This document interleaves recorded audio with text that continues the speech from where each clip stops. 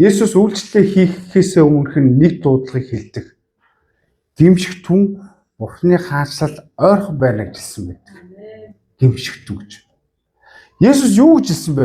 Та нар хүрээдэр би та нарыг эдгээ гэдэг үү? Би асуудлууд чи бүгдийг шийдэдэг үү? Таны амьдрал чи тэр дороо өөрчлөгдөө гэж юусэн яриаггүй. Гимшигтэн Бурхны хаанчлал ойрхон байна.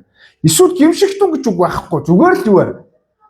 Бурхны хаанчлал ойрхон байна. Би бол Бурхны хаанчлалыг та нээж өгнө гэсэн тэр зүйлийг бол яриаггүй. Гимшигтэн гэж хэлсэн.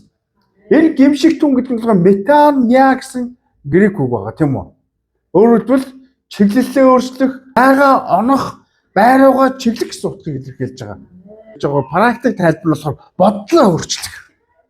Хандлага өөрчлөх, хандлага засах гэсэн утгыг илэрхийлж байгаа. Бурхан минь би хангалттай залмигтай амьдралаа. Одоо бол би зөв шударгын төлөө явъя гэдэг шийдвэрийг хэлж байгаа гэсэн үг байхгүй. Тэгвэл шийдвэр гэдэг үгийн ирээдүйд цаг нь гаргасан шийдвэрийг ирээдүйд шийдээд явах хэрэгтэй байхгүй. Бас андуурлын шийдвэр гаргасан учраас ирээдүйд надад ийм зүйл тохиолдохгүй гэдээ андуураад байгаа учраас унаад байна. Шийдвэр гаргана гэдэг нь юу вэ? Би гимсэн бол би ирээдүйд цагт үүнийг би хизээч үйлдэхгүй гэсэн утгатай шүү дээ. Тийм учраас гимшил гэдэг нь зүгээр нэг сэтгэл хөдлөлийн мэдрэмжийн зүйл бол биш юм аа. Шийдвэр өөрчлөлт юм а гэж хэлж байна. Тийм учраас бид нар гимшилтэй орхон бол ялалтын утга учирыг бас мэднэ. Баярын утга учирыг бас мэднэ гэж ярьж байгаа.